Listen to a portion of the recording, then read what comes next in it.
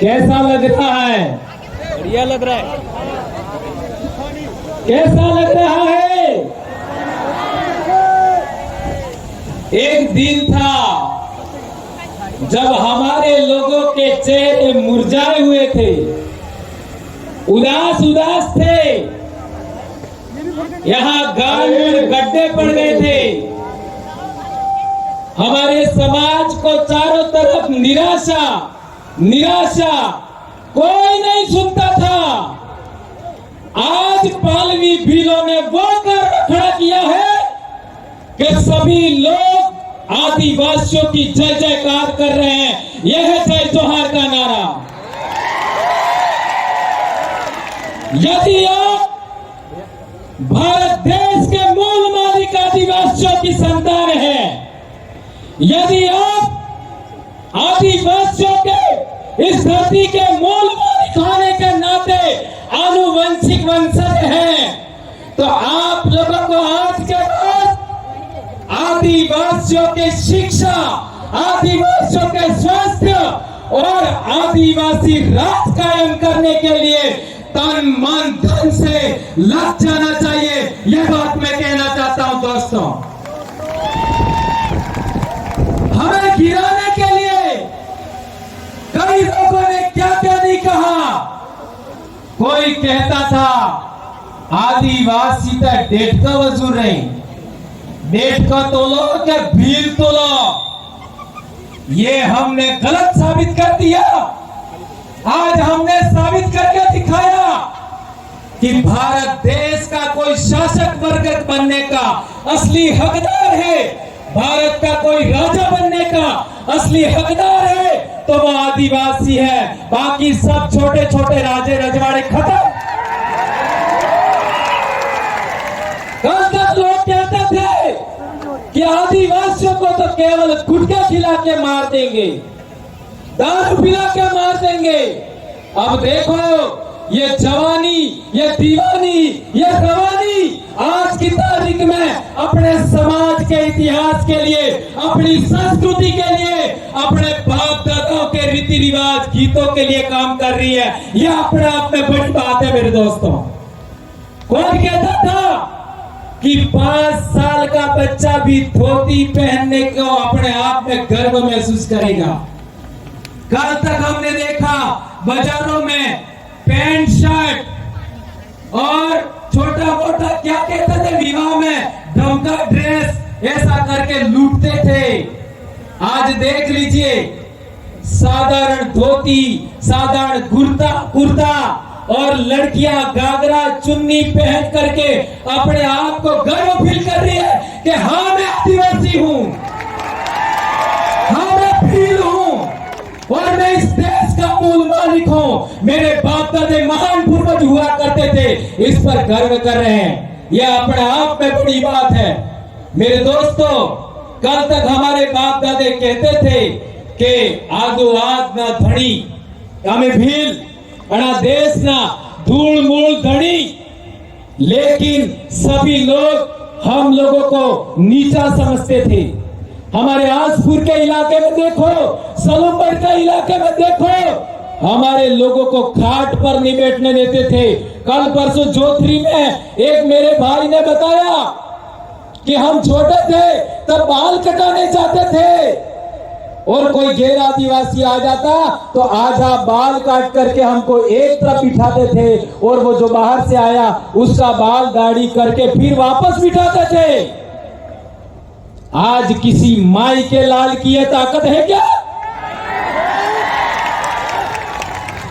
कोई हमारे कार्यों के सामने ऐसा करके दिखा सकता है क्या? कोई नहीं कर सकता। यह है असली सुरमाओं की ताकत। हमारे देश के अंदर हम लोगों ने देखा कि आदिवासी जिस बात को लेकर के खुश होता है, आदिवासी के चेहरे पर खुशी होने पर कई लोगों के पिछवाड़े में आग लग जाती है। हमारी खुशी रास नहीं आती।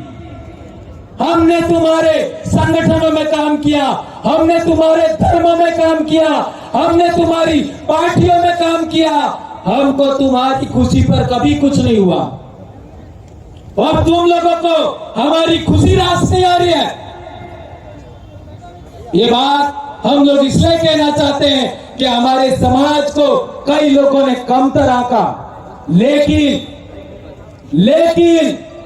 धरती बीज ने खाए, धरती बीज ने खाए, एक ने एक दाणो कोई न कोई माई नो लाल काळियो पाको थाय और अणी धरती माते उभो थाय।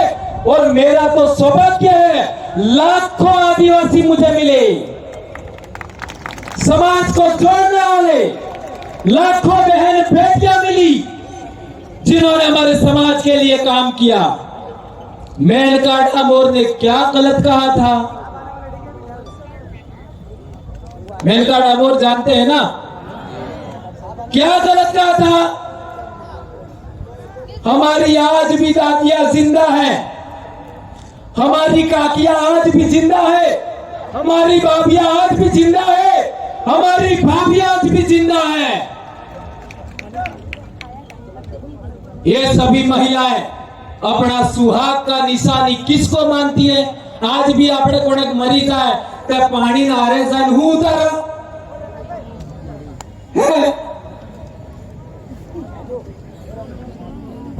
जवला सुडलो चांदी नो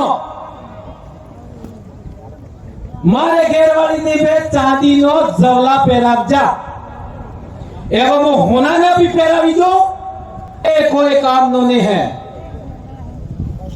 जी पणती दड़ चांदी ना जवला पेरावजा चूड़ी पेरावजी या काळो जाएगा तेनाडे इस पानी ની આરે ઉતરે એવા સમજ में આવી ગયું કે બાકી તો હીરા સવડાવીને પહેરાવી દો હશે કોઈ કામનો નહીં। शादी दाड़े जी जवला पेरावजा इसके अलावा नहीं।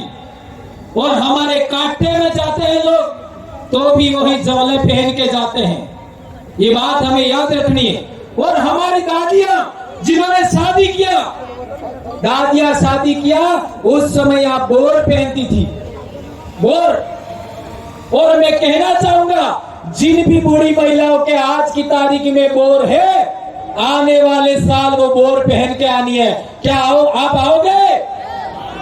और मैं सभी हमारी बहन बेटियां, मेरी बहुएं, मेरी भाभियां सबसे कहना चाहता हूं, और आपको वर है एक बोर जरूर लिया हो,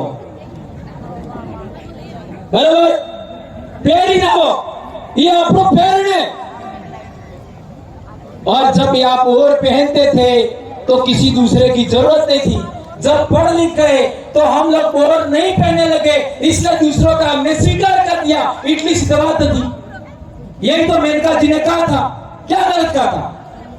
और हमारी दादियां एक पारे का हरे हरे पारों का वो पहनते थे, इन्हों कहते सापकी या सूड़ी ऐसा कुछ कहते थे, वो पहनते थे, वो शादी में पहना जाता था। ये हमारे सुहाग की निशानी है, ये हमारी संस्कृति के लिए जरूरी है। और एक बार जी कुंवर सोरे हण के वाचो आपने लाडी गोर पढ़ने ते माडवा में लाडी गोर ने कौन मिले? लाडी ने कौन मिले? मामा, बराबर है? लाडी ने गुदरे जहा माडवा में मिलवानो अधिकार केनो है? मामा नो, बराबर है? अच्छा, वोर ने तोरण एक कौन पोके? हाहू ते पोके, फिर बुआ, फिर तो पहले कुंवारी सुरजी। लाडी ने जे अड़म लेजे रे ई ढीलो करे, अना बात गामनी महिलाएं पसे बुआ, माजे, काकी, बापजे, पसे हाहू मां। तो वोर ने तोरणे पोकવાનો अधिकार केनो है? हाहू नो, बराबर है? और आजकल एक नवो रिवाज आप जो है कि वोर तोरणी आवे तई बना लाडी घेरमी ही आवे ने तोरणे जाई ने माळा पहरावे वोर ने। मोजारी पढ़ियो तो मार घेरवाली ना अंगली भी आटजी तो सही बना आधी बड़ा हावड़ा जाता ही बना। मैंने तो उसको देखा भी नहीं था। आती बड़ा बुआई हावड़ा जाओ तो ही बना अंगली आटजी। तो सोचो यदि आज एक लड़की एक दुल्हन अपने दूल्हे को वहां पर माला पहनाती है अर्थात टच करती है तो सभी महिलाओं का, मां का, बुआ का अधिकार का हनन हुआ कि नहीं हुआ? मेरी बहनों, मेरी बेटियों, मेरी काका काकियों, भाभियों, मेरी बहुओं, ये आपके अधिकार का हनन हुआ कि नहीं हुआ? कौन कौन इस बात को मानता है कि महिलाओं के अधिकारों का हनन है? हाथ ऊंचा करके बताओ। ये तेरी बाई के महिला करावी, अरे महिला ने ये गलत फिकर क्यों करे, ये समझना पड़ेगा। सोचो आपके अधिकारों का हनन हुआ, ये कौन समझाएगा? ये बात हम बोलते हैं तो दूसरे लोग ये सोचते हैं और ये आदिवासी लोग तो उनके समाज की सच्ची संस्कृतियों को बता रहे हैं। कौन बोल रहा था? मास्टर बोल रहा था। कौन बोल रहा था? मास्टर नहीं बोल रही थी। चलो एपीओ करो, चलो निलंबित करो। तुम एपीओ करो, निलंबित करो ते अमन ओळने आपको करतो हूं, अमन कितनी आवडती हूं। अरे हमारे बाप दादा मौका ना सोडा खाई नहीं सीखा।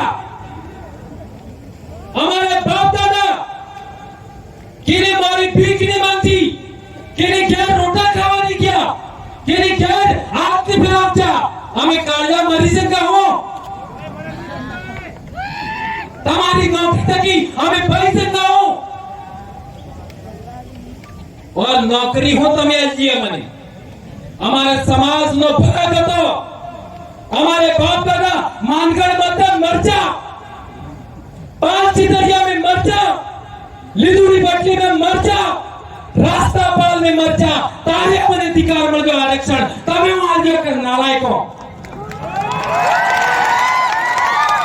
यह अधिकार हमारे बाप दादा ने लड़ कर करके मर करके हासिल किया है। तुम क्या समझते हो इस बात को? यह अधिकार, आरक्षण का अधिकार हमें हमारे समाज ने दिलाया, हमारे वीर भक्तों ने दिलाया, संत मावजी महाराज ने दिलाया, संत सुरमाल खराड़ी ने दिलाया, संत गोविंद गुरु ने दिलाया और पालवी भीलों ने दिलाया है हमको। ये बात हमें याद रखनी होगी। एक बात और बहुत अहम है, बहुत जरूरी, हमारी विवाह पद्धति के लिए आजकल हमारे लोग अहमदाबाद जाकर के बहुत सारा पैसा कमाते हैं और यहाँ आकर के अपनी शादी के लिए, विवाह के लिए सोने के गहने लाते हैं दुनिया भर के और हम भी मांगते हैं। लेकिन पिछले दिनों अखबार में छप करके आया था मेरी बहनों, मेरी बेटियों, मेरे बेटों कि 70 से 80% सोना और चांदी नकली आ रहे, तो हमें क्या तरह करेंगे? सोचो हमारा समाज है उसको चांदी के गहने हिस्से ही विवाह करना चाहिए, ऐसा मैं कहना चाहता हूं।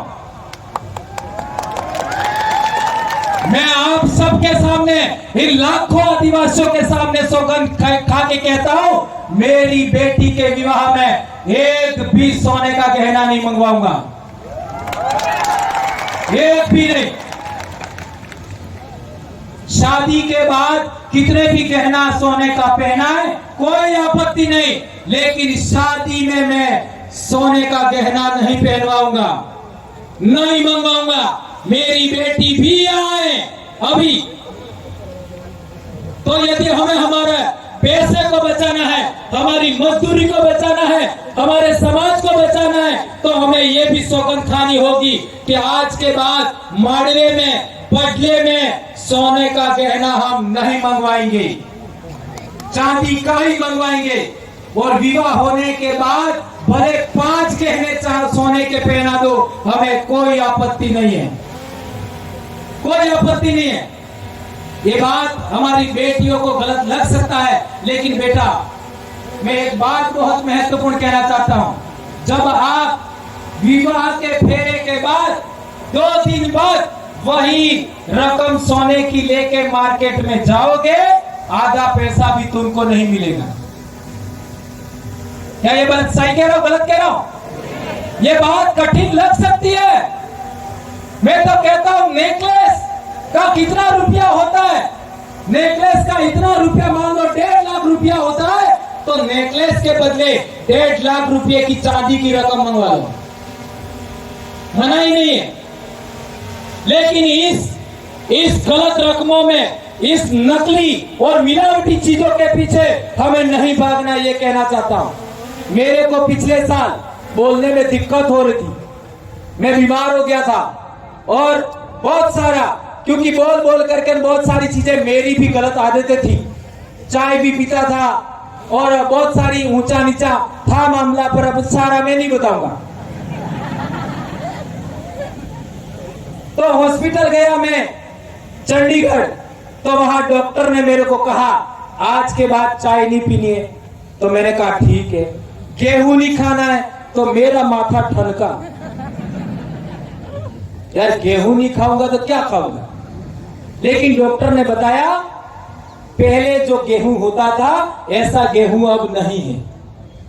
ये पंजाब हरियाणा से जो पेस्टिसाइड, उर्वरक, रासायनिक पदार्थों से जो गेहूं पक करके आता है वह बहुत ज्यादा जहरीला है और हमारे लिए बहुत सारा नुकसानदेह है।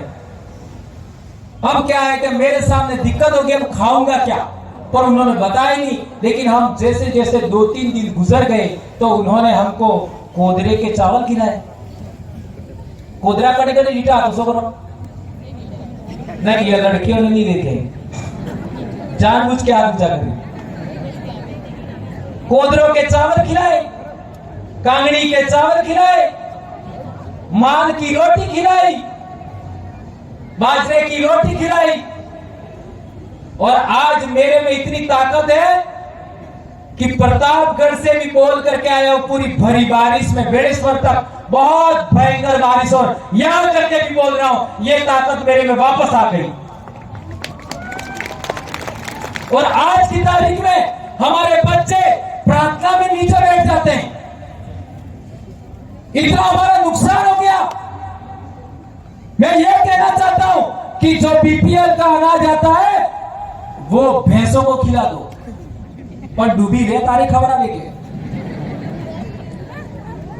गाय भैंस को खिला दो, आपको नहीं खाना है। मक्का खाइए, ज्वार खाइए, बाजरा खाइए, माल खाइए, कोदरा खाइए। ये जो मोटा अनाज है जिसको मिलेट्स कहते हैं वो हमें खाना है, पातरिया खाना है। लेकिन ये गलत चीजें हमको नहीं खानी। मार्केट में मिलने वाला तेल भी सही नहीं है, मार्केट में मिलने वाला दूध भी सही नहीं है, घी सही नहीं है, मसाले भी सही नहीं है। और अब हमने फैसला लिया है कि हम लोग आने वाले मार्च अप्रैल तक आंध्र प्रदेश के आदिवासी जो मसाले पकाते हैं, हल्दी पकाते हैं, काली मिर्च उगाते हैं, चावल उगाते हैं, वो हम डूंगरपुर मंगवाने वाले हैं।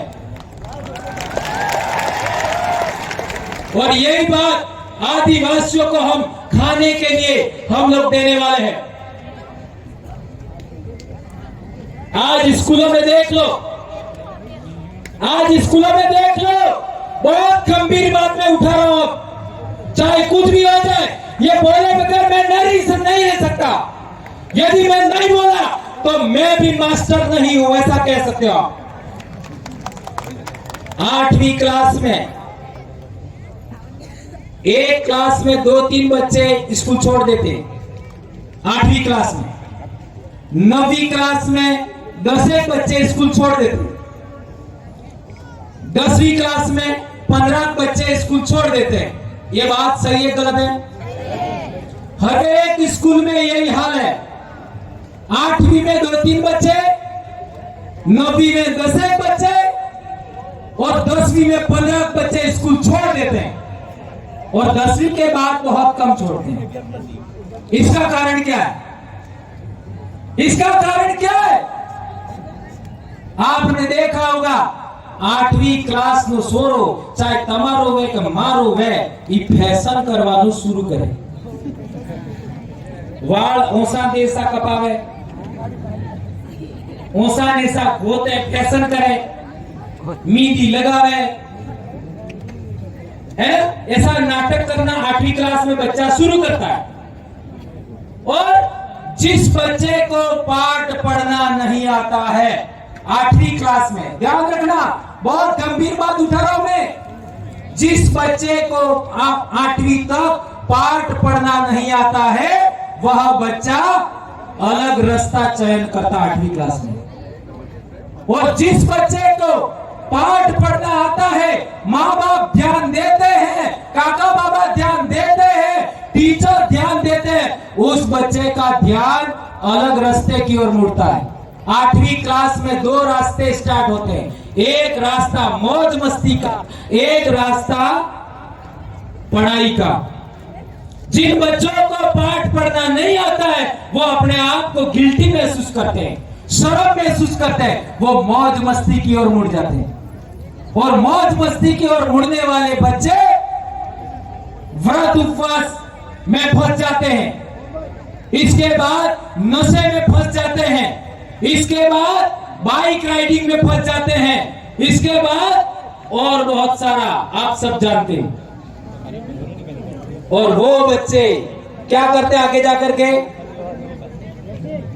बाइक राइडिंग करने के लिए, मोटरसाइकिल 1.5 लाख की लाने के लिए, चलाने के लिए पेट्रोल भी तो चाहिए, कहां से लाएगा? फोन चलाने के लिए रिचार्ज भी करना पड़ेगा, कहां से लाएगा? इसकी वजह से हमारे इलाके में बहुत सारी घटनाएं घट रही, ये बात ध्यान रखनी है। इसलिए मैं कहना चाहता हूं कि जो बच्चा 18 साल से कम उम्र का है, आप यदि माता पिता है, उसको किसी भी सूरत में मोटरसाइकिल नहीं देनी है। नंबर 1, किसी भी सूरत में 18 साल से कम का बच्चा है उसको फोन नहीं देना है। मेरा बच्चा भी अभी 12वीं पास हो गया, मैंने फोन नहीं दिया, नहीं दिया।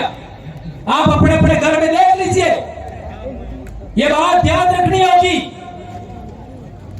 यदि हम लोग इसका ध्यान रखेंगे तो हमारे बहुत सारे बच्चों का आत्महत्या रुक जाएगा, बहुत सारे बच्चों का एक्सीडेंट रुक जाएगा, बहुत सारे बच्चों का असमय कुछ गलत होने से, जेल जाने से बच जाएंगे। ये बात मैं आप लोगों के बीच में कहना चाहता हूं दोस्तों।